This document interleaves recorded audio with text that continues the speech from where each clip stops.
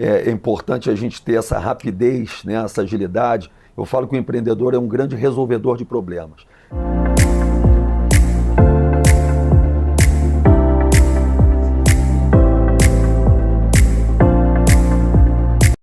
Ele tem 30 anos de carreira como empreendedor e seus empreendimentos certamente marcaram a vida de muitos cariocas. Mas isso eu vou deixar para ele contar. Eu tenho o prazer de entrevistar hoje João Diniz. João, seja bem-vindo ao Identidades de Sucesso. Obrigado, Letícia. Um prazer estar aqui com você. Obrigada. João, para a gente começar, João por João, como é que foi a sua trajetória? Vamos lá, eu acho que a gente vai precisar de 3 horas de conversa para eu poder contar um pouquinho, né? Uma trajetória legal, longa, e eu acho que o João é um persistente, né? João Diniz é um grande... Outro dia me perguntaram falando que eu sou um case de sucesso. Na verdade, eu acho que eu sou um case de persistência, né? Eu acho que todo empreendedor ele precisa ter essa persistência, porque a gente vai ter, na verdade, na carreira, eu entendo a vida assim, a gente vai ter mais insucesso do que sucesso. Então, o sucesso ele está ligado a como você vai lidar com o insucesso para você poder construir uma carreira de sucesso. Então, o João Diniz é um grande lutador, um grande batalhador, um persistente, que sempre busca aprender com os erros. Eu acho que a minha maior sabedoria é essa. Quando você identifica, isso se transforma numa baita oportunidade. É uma escola. Eu acho que é uma grande escola você aprender com as suas derrotas, né? Eu costumo dizer que eu tive mais insucesso do que sucesso. Eu já tive cerca de 30 restaurantes, hoje em dia eu tenho 5. Então, na verdade, eu fechei 25. Então, eu fechei mais restaurantes do que eu tenho. Então, se você analisar numericamente, eu dei mais errado do que dei certo. Mas eu cheguei onde eu cheguei porque eu aprendi muito quando eu tive que fechar esses 25 negócios. Eu nunca quebrei, porque a gente só quebra quando a gente desiste. Na verdade, eu tive insucessos que eu transformei em escolas e colhi frutos com os negócios que eu continuo colocando no mercado. Mas falando assim, parece que ninguém sabe quais são os empreendimentos que a gente está falando, né? Então, a gente está falando de Banana Jack, a gente está falando de Ginqueria, a gente está falando de Oficina do Guaraná, lá em Búzios, na década de 90. Isso aí, 96. Fala um pouquinho mais. Blá Blá Champanheria, que até hoje é um ícone, né? Foi uma das pioneiras como champanheria. Sim. Eu acho que eu sou um encantador de pessoas, né? Assim, o meu propósito é encantar as pessoas através de experiências. E eu sempre gostei de criar marcas. Então, a Banana Jack eu criei baseado num estilo de gastronomia que eu queria estar trazendo aqui para o Rio de Janeiro, com hambúrgueres e carnes. E aí desenvolvi um layout bem americano, de roadhouse. E a história do chopp de banana, eu acho que foi o grande cereja do bolo. Na época eu tinha um amigo que era mestre cervejeiro, isso em 2000. Então a gente batendo um papo, quando eu falei o nome da casa, ia se chamar Banana Joe, e aí ele falou, banana, vamos fazer um chopp de banana, eu achei curioso aquilo, e eu sempre gostei de colocar uma identidade própria, né, nos meus negócios. E aí a gente desenvolveu o chopp de banana, que foi o grande marco do Banana Jack. Mas aí, como você citou, tem uma oficina no Guaraná, que eu tive em Arraial da Ajuda em 95, me inspirei naquela vibe do sunset, pós-praia, ali no Parracho. Falei, cara, eu preciso levar isso para Búzios. E na época estava Geração Saúde, Jiu-Jitsu, açaí. E aí eu coloquei o açaí dentro dessa festa, né, que era um pós-praia. E champanheria, me inspirei na Riviera Francesa para estar podendo trazer as champanhes, né, as bolhas aqui para o mercado do Rio de Janeiro. Tem ginqueria, que a gente pegou aquela onda do gin, né, e criou uma carta com mais de 30 drinks. Os mixologistas desenvolveram uma carta muito bacana, muito autoral, né, onde você não encontrava esses drinks de forma comum no mercado.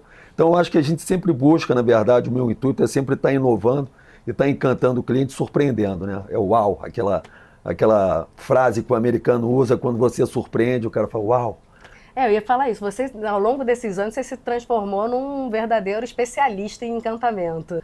O que o empreendedor, e aí a gente pode falar de qualquer segmento, sim, o que o empreendedor precisa ter para gerar esse efeito uau? Ele tem que ter o entendimento da necessidade de quem ele quer encantar. Na verdade, eu digo o seguinte, empreender é transformar uma ideia num negócio. Só que para você ter essa fórmula de sucesso, você precisa entender o seguinte, qual é a dor? Porque os empreendedores, enfim, todos os profissionais, eles são solucionadores das dores das pessoas. Então o Blá Blá, eu entendi que naquele movimento, onde ele nasceu na Barra da Tijuca, naquele determinado ano, as pessoas queriam um bar mais sofisticado e não encontravam. Era a mesma fórmula de chopp com aperitivo, né? E eu falei, cara, as pessoas precisam sair daqui da Barra para ir buscar uma experiência mais sofisticada, com drinks, com uma música mais bacana, em outro lugar do Rio de Janeiro. Então, eu entendi que existia uma dor, existia uma falta, uma carência daquele produto, e eu desenvolvi a Blá Blá baseado na necessidade do mercado, não no que o João quer, mas no que o mercado precisa. Eu entendo o sinal, transformo essa necessidade num produto ou numa prestação de serviço e entrego para as pessoas. E sempre inovando, sempre entendendo de que forma que você vai surpreender as pessoas. Ainda nesse âmbito do empreendedorismo, de 30 anos para cá, hoje quando a gente fala em empreendedorismo, as pessoas sabem Sim. o que é empreendedorismo, né? Há 30 anos ninguém nem ouvia falar desse termo. Como é que você enxerga essa evolução do empreendedorismo aqui no Brasil? Então, o Brasil ele estimula muito poucas pessoas, né, a empreenderem, né? Então, na verdade, ou você nasce com esse dom, ou você, por uma necessidade de não conseguir ser absorvido pelo mercado no que você gostaria de fazer, você acaba sendo obrigado a empreender, né? Vira uma necessidade. E com isso, pela essa falta de incentivo e por essa falta de preparo das pessoas, é que a gente tem um índice de fechamento de empresas muito maior do que abertura de empresas, né? Então, a gente tem números alarmantes que 80% das empresas no Brasil fecham nos primeiros 5 anos. Então, a vida é muito curta, com isso a empregabilidade é muito curta, com isso a economia também não gira, porque você não tem os impostos, enfim. Então, eu acho que o Brasil ele começa, de uma década para trás, a entender a necessidade do crescimento do empreendedorismo, a palavra ganha força. Era muito pouco entendido, era comerciante, né? Você não tinha um empreendedor, era um comerciante. Eu comecei sendo um comerciante e ao longo da minha carreira eu me tornei um empreendedor. O mercado entendeu a necessidade do crescimento do empreendedorismo no país. Na verdade, como a gente não tem escolas de empreendedorismo, e fica aqui uma crítica e uma sugestão para que as universidades entendam a necessidade de transformar o curso de administração de empresas, que eu acho que, na verdade, ele nasce há 40, 50 anos atrás com esse intuito, né, de pessoas fazerem gestão de empresas e adaptar ele para o empreendedorismo. Eu acho que seria a evolução do ADM, as pessoas terem uma universidade, uma faculdade de empreendedorismo onde você fala muito mais do que só administração. Você fala de marketing, de posicionamento de mercado, de precificação, enfim, uma série de movimentos da parte tributária, da parte trabalhista. Você precisa entender de uma série de movimentos de mercado para você poder perpetuar. Então, acho que o empreendedorismo, ele ainda, graças a Deus, ele segue numa evolução, mas eu acho que agora ele está no caminho certo. Né? Em 30 anos de carreira, certamente você teve que tomar muitas decisões difíceis. Quais foram as decisões que você, assim, que ficam na sua memória? Olha, eu acho que assim, você falou uma coisa muito bacana, tomada de decisão, né? A gente tem que estar sempre focado em tomar decisões, porque você não tomar uma decisão, às vezes, é pior do que você tomar uma decisão errada. Então, é importante a gente ter essa rapidez, né, essa agilidade. Eu falo que o empreendedor é um grande resolvedor de problemas. Então, obviamente que eu já tive que resolver, continuo, né, resolvendo muitos problemas, mas eu acho que a pandemia talvez tenha sido um maior exercício, né, que os empreendedores tiveram que fazer para poder superar, entender, né, porque eu digo que não tem fórmula de bolo, mas existem movimentos que você olhar para o lado, você vai falar, bom, quando tem esse problema, eu olhei para o lado, aquela pessoa resolveu dessa forma, o outro resolveu da outra forma, mas a pandemia a gente precisou aprender de uma forma única, né, porque ninguém tinha essa fórmula do bolo. Então ali foi uma série de tomadas de decisão com relação ao futuro da empresa, o posicionamento da marca, os colaboradores, enfim, a sobrevivência do mercado.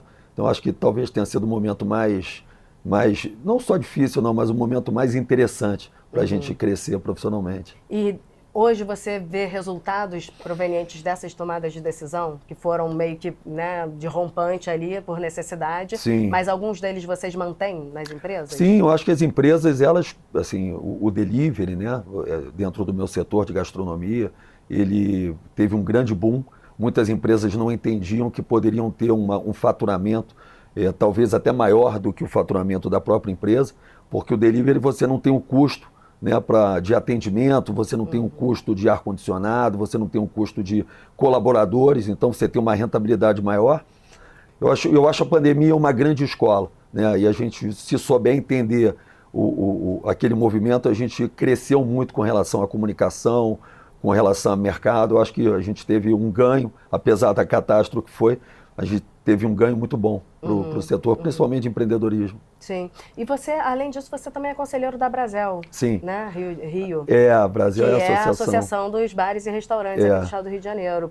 Em termos de associação, com esse olhar de mercado macro, você também entende que teve que as outras empresas também foram nessa leva, conseguiram aprender com as tomadas de decisões ali imediatas que tiveram na pandemia? Sim, Letícia, eu vou te falar, eu acho que a pandemia ela uniu muito as pessoas, sabe? Ela uniu muito o setor de gastronomia, ela uniu muito os trabalhadores e os empreendedores, né?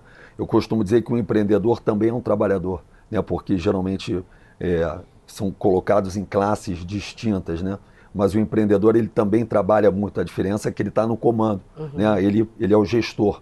E ele não é o patrão, porque o patrão é quem paga, e quem paga é o cliente. Então, isso é uma das coisas que eu sempre coloco, é importante a gente entender, e aí a gente leva isso para a universidade, para os médicos, dentistas.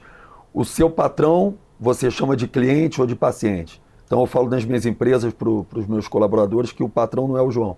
O patrão é quem entra no blá blá, senta, me dá o dinheiro, e eu repasso aquele dinheiro para eles. Então, não é o João que paga o salário deles. O João é apenas o gestor daquela empresa e, na verdade, a obrigação da gente é encantar os patrões para que eles mantenham a gente empregados. Então, se eles quiserem demitir a gente, eles trocam de restaurante, eles vão demitir o João Diniz, vão demitir todos os colaboradores, porque o João não tira dinheiro do bolso, o João transfere o dinheiro que os patrões dão para os colaboradores. Ótimo exercício. E os empreendedores não necessariamente nascem líderes, né? Eu diria que a maioria dos empreendedores no Brasil não nascem líderes, mas eles precisam se tornar, à medida que os negócios vão prosperando, eles precisam se tornar líderes. Sim. E um dos grandes saltos de uma liderança é quando ele consegue enxergar para os outros e começar a formar outros líderes com o seu conhecimento.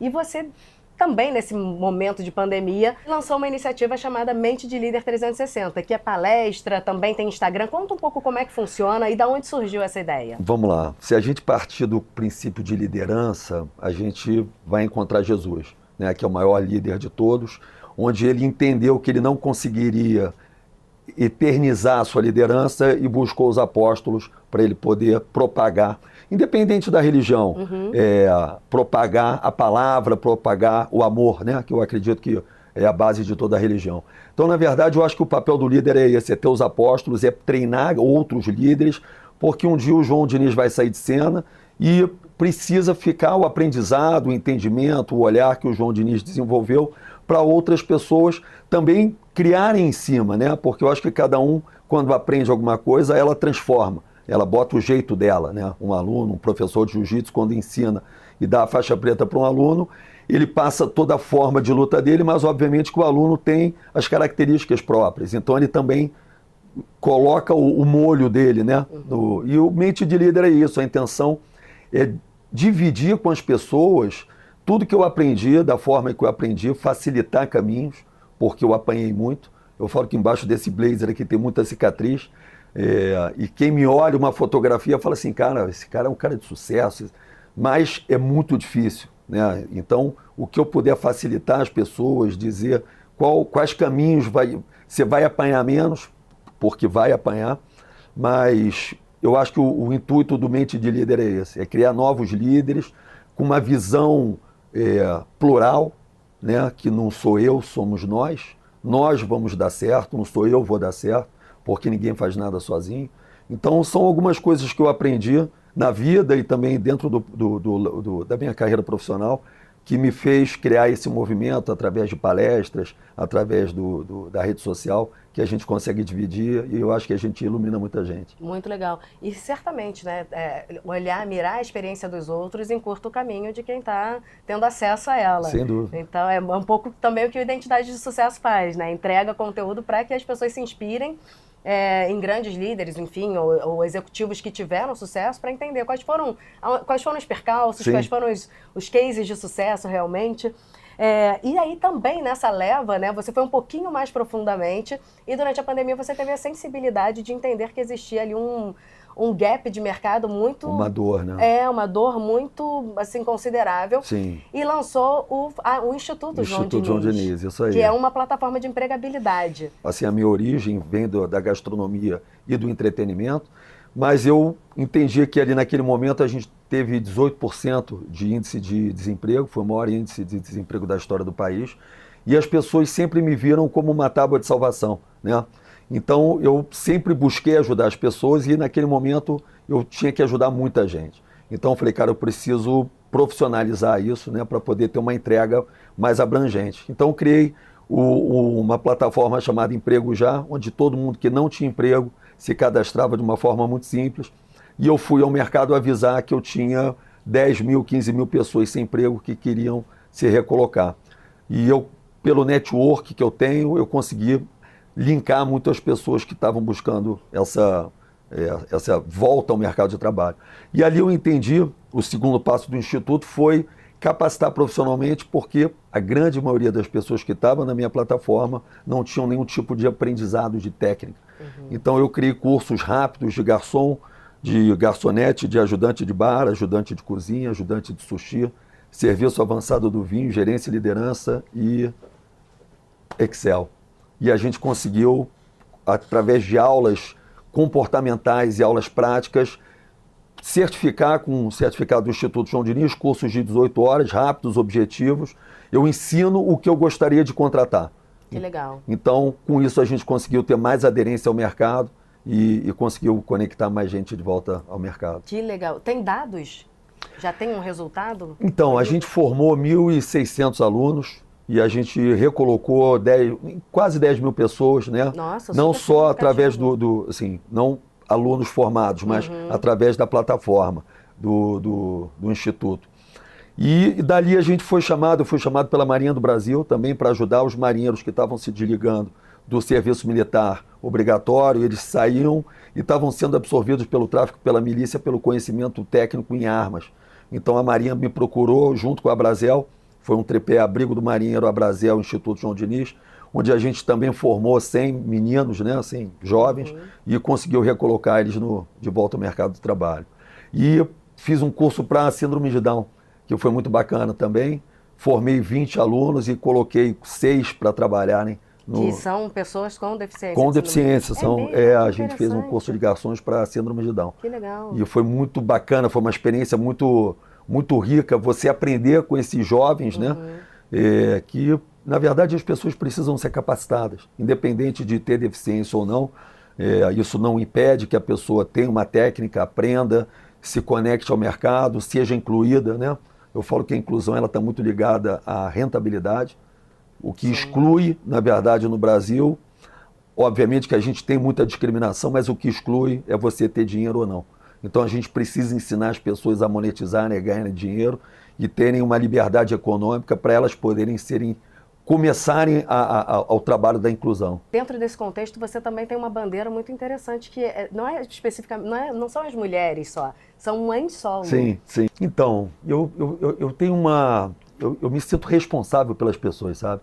Eu tenho é engraçado, isso é uma coisa natural minha, de sempre estar tomando a frente nas horas difíceis, né? Eu digo que eu sou um ótimo amigo para resolver problemas. Para comemorar, eu até vou, aniversário, mas quando você tem um problema, as pessoas geralmente me procuram. E eu venho de uma família de mãe solo, né? Minha avó foi uma mãe solo, da minha mãe e do meu tio. Minha avó perde o marido, meu avô minha mãe tinha 4 anos de idade, meu tio 2. Então, a minha mãe cresce sem um pai dentro de casa, com a presença muito forte da minha avó, que é um grande pilar para mim, minha avó e minha mãe, e ela cresce conduzindo a família, Tenho, obviamente, uma ajuda de vizinhos, né? Daí nasce o meu nome, João Diniz, é uma homenagem ao vizinho, um português que ajudou a criar minha mãe e minha avó. Que legal. Então, eu aprendi desde cedo a ver a minha avó. Obviamente que eu conheci minha avó, enfim, bem mais tarde, mas através da história dela, indo para o mercado, foi professora, se tornou psicóloga, e depois isso se repete com a minha mãe, não na morte do meu pai, mas numa separação muito precoce. Eu era muito novo, 5 anos. Então, apesar de meu pai ser um cara muito presente, ele não estava dentro de casa. Então, minha mãe precisou assumir aquele papel de líder. Minha mãe era psiquiatra, médica, então ela fazia a gestão da família, a minha e do meu irmão, a gestão financeira, a gestão de educação, o dia a dia. Então, você aprende que a mulher tem muitas dores dentro de um mundo muito machista. E quando a mulher precisa assumir aquele papel de líder, né? E hoje 52% das mulheres do país são líderes, são chefes de família, você entende que você também tem uma necessidade de abraçar essa causa que eu vi de muito perto, as dores, as dificuldades, e através do empreendedorismo, da liberdade financeira e do fortalecimento psicológico, você consegue ajudar as mulheres a perpetuarem. Um braço do Instituto desenvolve o Empreende Rio, que é um evento de empreendedorismo para fomentar o empreendedorismo.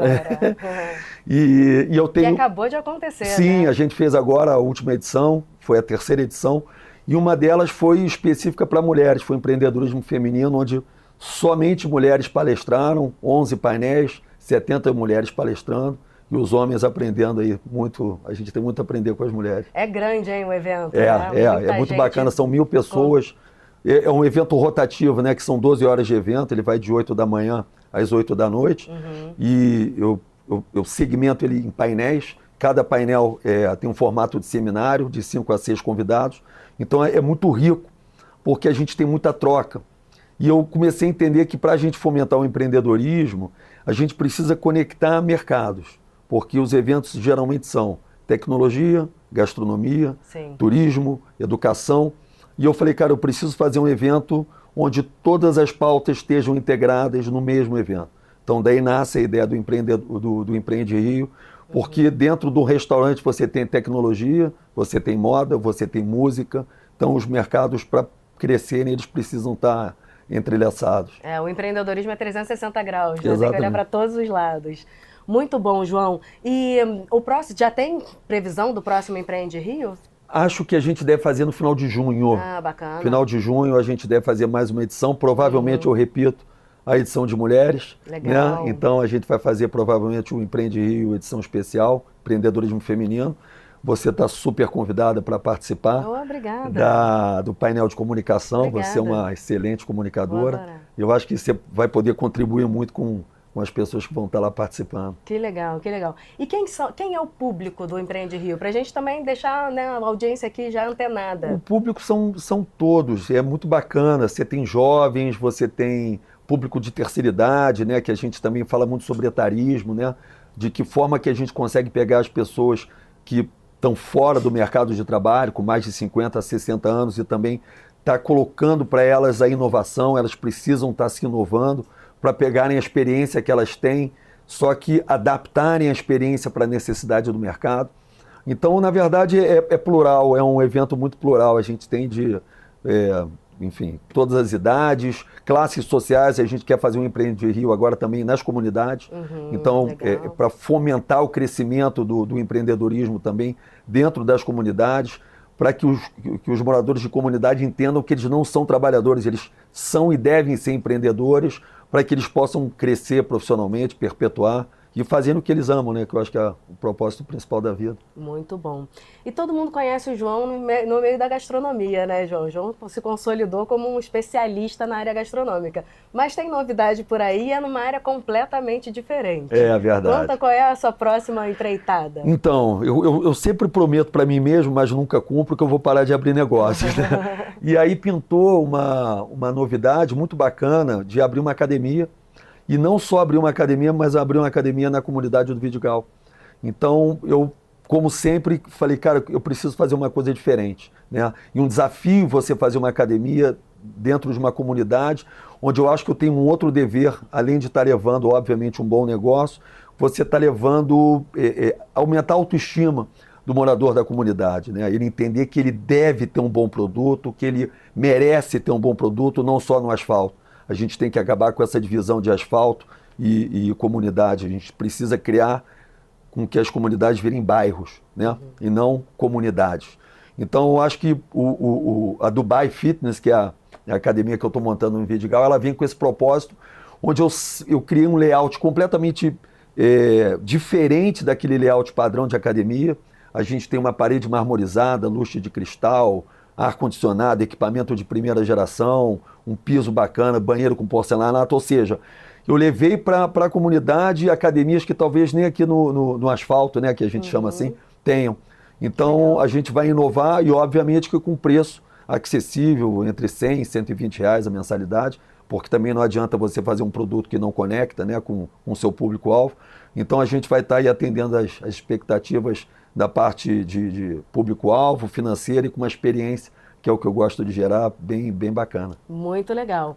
João, na sua trajetória, quais são as características pessoais que você sabe que foram cruciais para você trilhar o caminho que você trilhou? Letícia, network. Vem trilhando, né, eu acho que network, eu acho que eu sou como eu gosto de pessoas, eu gosto de tratar as pessoas bem, isso é um ouro que eu tenho, e eu entendo isso muito jovem, com 17, 18 anos, eu começo a minha carreira como produtor de evento. Então, eu transformo o carinho que as pessoas tinham em mim, entendi a dor do mercado, em poder gerar boas experiências com eventos, e começo muito novo a promover eventos com 1.000, 1.500 pessoas, e falo assim, pô, essa vai ser minha profissão. Então, estudei jornalismo, não cheguei a me formar, mas já na faculdade eu já não conseguia estar nas aulas porque eu saía todos os dias, não tinha o digital, então eu tinha que ter uma equipe de divulgação de sampling, né, na porta das faculdades, nas praias, na porta de casas noturnas, para poder informar os eventos que eu estava fazendo. E daí vira uma profissão, e eu chego a fazer a gestão do Morro da Urca. Fui gestor do Morro da Urca durante 6 anos. Incrível. Né? Criei o Réveillon Morro da Urca, que as pessoas tinham muito medo de fazer um Réveillon no morro. E eu falei, cara, preciso fazer um Réveillon nesse cartão postal. Porque você pega aquela vista de Copacabana, você vê a queima de fogos de cima. Maravilhoso. Então fizemos. E até hoje, né? Não, é incrível. A gente criou em 2006, Copa do Mundo, Réveillon, Arraial do Monobloco, Raízes Cariocas, enfim. A gente fica. Quando eu falei que ele tinha marcado a vida de muitos cariocas, eu não estava enganada. Né? A gente tem, eu acho que a gente gerou bastante. Ainda gera, né? Eu procuro gerar boas experiências. E como eu comentei com você, assim, é bacana eu encontrar casais que falam assim, cara, eu conheci minha esposa no primeiro jantar que eu fui foi no Banana Jack, ou foi no Approach, ou foi na Oficina do Guaraná. Então é bacana você ter boas memórias, né, no Rio. E você não se formou em jornalismo, mas você teve um programa, Tive, né? À noite. Conta rapidamente, assim, como é que foi essa experiência? Então, na época eu era gestor de uma casa noturna na Barra chamada Slávia. Foi onde eu conheço o André Anotaf, o mestre cervejeiro que me ajudou a desenvolver o Banana Jack. E na inauguração da Slávia, eu dei uma entrevista para a NET. Na época, a NET, o canal a cabo, eles me entrevistaram, tinha um canal 38, que era aquele canal que quando você ligava, você caía nesse canal. E ele ficava rodando alguns programas em looping. E a minha entrevista foi pro ar e o diretor da NET me ligou e falou, cara, todo mundo te conhece, porque tá todo mundo mandando mensagem para cá, você não quer ter um programa de televisão? E eu tinha ideia de ter um programa falando sobre a Noite do Rio. Né? Não de coluna social, como tinha o Amarillo Júnior, o Otávio Mesquita, mas falando sobre as experiências de diferentes públicos, propostas de casa noturna, de pontes.